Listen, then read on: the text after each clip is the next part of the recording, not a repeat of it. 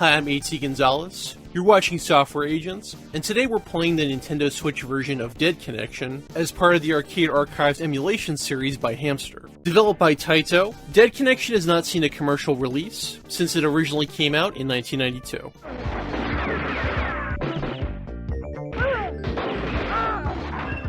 Set in a city that is not quite New York, but not quite Chicago, Dead Connection is an arena shooter game where you play as a quartet of gumshoes trying to bring down a crime family. This game is very much from a time when Taito was throwing everything but the kitchen sink at their games, with all the good and all the bad that comes from that observation. The big bad crime boss that our heroes fight is unmistakably Don Corleone from The Godfather. The main characters are basically all rip-offs of the Untouchables. James is Kevin Costner. There's absolutely no way around it. The guy in the banana coat looks like Dick Tracy. They were watching a lot of movies and ripping everybody off here. But don't worry, this game is mostly good. You and player 2 control your dude or your dudes in the third person. You move around in 8 directions with the joystick and shoot ahead with the first button. All the upgrades are straight out of a gangster movie. Tommy gun, revolver, shotgun. If you lose a life in the middle of a round, you revive with a Tommy gun. Help me! With the second button, defense, you can go prone like a caterpillar when you're standing still. If you press the second button when you're moving with the joystick, you do a fancy dodge maneuver, which gives you some invincibility frames. It's a pretty sweet deal, but there's also some recovery time before you go back into action. Abuse it too much, and you'll find yourself in the line of fire. The game exists at an odd perspective that would certainly be unusual for the time, though there seems to be a degree of aim assist on your bullets, which prevent the experience from being disorienting.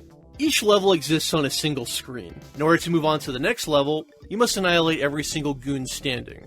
What makes Dead Connection surprisingly dynamic is that even though each stage exists on one screen, there's a lot to do in each level. Lots of things to see in the background,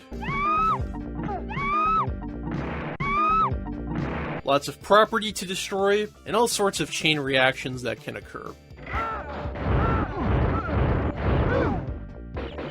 Dead Connection is much more fun to play with a buddy than as a solo detective. The single-player game feels fair at first, but a few levels in, enemies spring up on you and tear you to pieces. But when you divide the work, the challenge comes off more fair. Don't let us down. Yeah, the tone is a bit strange. Saturn pointed out that some of the bosses say, "Don't return them alive," which would be a really bizarre thing for a native English speaker to say. Don't return them alive. Speaking of bosses, the music that plays during a boss fight is weirdly ominous, like we're playing an apocalyptic game. This is not Armageddon, it's a crime war. Somehow I think the world is going to keep spinning either way. Some bosses even enter a zombie-like trance as a final stand once they've taken too much damage. I don't want to give away the ending because I think you should try out the game for yourself. It's definitely an anti-climax and not something I think you would see coming. A full session of Dead Connection took about 30 minutes either by myself or with a fellow detective. Start to finish, cutscenes and all.